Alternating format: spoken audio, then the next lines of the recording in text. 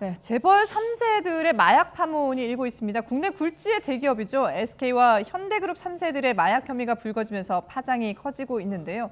어떻게 된 건가요, 교수님? 네, 지금 이 참 안타까운 일입니다. 이 정말 이렇게 뭐 장래가 촉망되는 젊은 사람들이 네. 지금 이 두 사람입니다. SK그룹의 장손인 최 씨라는 사람하고 네. 이 사람은 현재 긴급 체포가 됐고요. 그리고는 현대가의 3세인 정 씨라는 자도 같은 혐의로 입건이 됐는데 네. 현재는 한 달째 한국에 안 들어와 가지고 지금 거의 뭐 도피 중입니다. 네. 근데 이 사람들이 무엇을 했느냐? 이제 액상 대마를 구매를 한 혐의로 지금 뭐 긴급 체포가 됐는데요. 네. 문제는 이제 이 액상 대마라는 것이 이게 굉장히 뭐 마약 그 효력이 강력해가지고 뭐 조금만 있어도 거의 일반적인 대마초보다 환각성이 거의 한 40배 정도 된다 그래요. 예. 그런데 그것을 적게는 2g, 많게는 뭐 4g 정도를 5번 이상, 뭐 지금 정 씨 같은 경우에는 6차례를 그거를 네네. 구매를 했다고 합니다. 상습적이라고 봐야 되네요. 뭐 그 네. 전에도 이제 전과가 있고요. 예. 그러다 보니까 뭐 상당 부분 상습이라고 봐야 될 거고 네. 지금이 이제 액상뿐만 아니라 뭐 마약 쿠키라는 게 또 있다 그래요.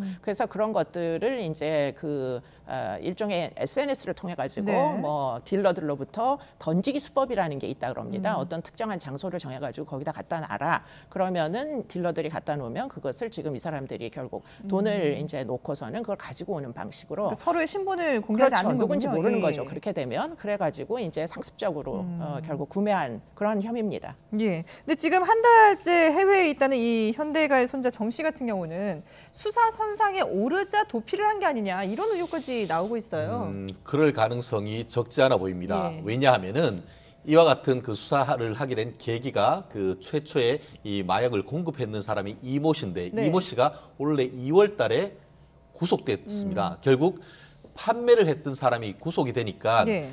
지금 언론에 나온 바로는 정 씨 같은 경우에는 한 달 전쯤 이제 해외로 나갔다는데 그 시점이 아시다시피 2월 달에 공급책이 구속이 되니까 네. 바로 해외로 갔는 그런 전후 사정이 읽히는 것 같습니다. 물론 뭐 개인적으로 뭐 어떤 회사 업무라든가 다른 얘기를 할 수도 있겠습니다만 한 달 가량 해외에 나갈 만큼의 어떤 사회인으로 지금 한 20대 후반인 사람이 네. 그럴 일이 있을까 생각을 해보면은 말씀드렸듯이 수사로부터 도피하기 위한 그 의혹이 굉장히 짙습니다. 물론 그렇기 때문에 만약에 그렇다 할 경우에는 해외로 나가면은 수사에 도피하기 위한 목적으로 나갈 경우에는 그것 자체로서 형사소송법에 할 때 공소시효가 정지가 됩니다. 네네. 그렇기 때문에 해외에서 이 도피는 할 수 있을지언정 한국에 들어오면 그때로부터 처벌될 수 있기 때문에 이 부분에 있어서는 추후에 어떤 조사를 받아서 했을 경우에는 아무리 자백을 한다 하더라도 네. 도주했다는 사실 자체에서 어떻게 보면 구속영장이 발부될 가능성이 매우 높게 됩니다. 그렇기 때문에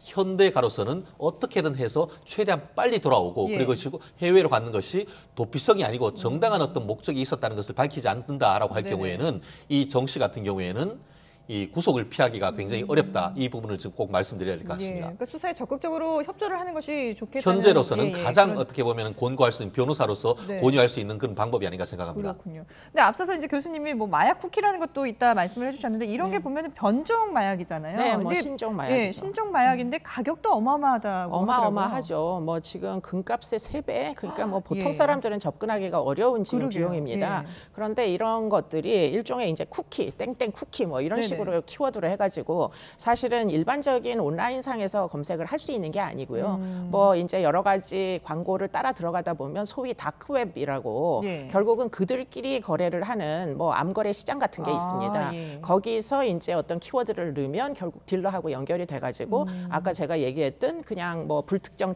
장소에 네네. 이제 뭐 모르는 사람이 이렇게 던지기 수법으로 갖다가 전달을 하는 그런 방식으로 지금 뭐 거래가 되고 있는데요. 예. 문제는 국내에 이와 같은 거래의 네트워크가 꽤 형성이 돼 있는 것으로 그렇게 이제 확인이 되고 있어서 네네. 이번 참에 사실은 아마도 아까 말씀하신 그런 이제 마약 거래상으로부터 네. 지금 이런 내용을 파악하고 있는 것으로 알고 있습니다. 네. 그렇군요. 근데 지금 이런 그 현대가와 SK뿐만 아니라 남양유업의 외손녀인 황하나 씨도 마약 투약 의혹이 논란이 불거졌는데, 근데 문제는 이게 경찰이 봐주기 수사를 한 게 아니냐 이런 지적이 계속해서 나오고 있어요. 그렇습니다. 그렇게 한 원인 자체가 네. 최근에 한 언론에서 보도를 했는데 2015년에 피고인 남성이 이 필로폰을 구매해서 투약한 혐의로 해서 실제로 징역 2년 6월에 집행유예 3년을 받은 케이스가 있는데 네. 그 판결문을 보면은 이 그 필로폰을 공모해서 지금 얘기하는 황 씨와 공모를 해서 황 씨로부터 실질적으로는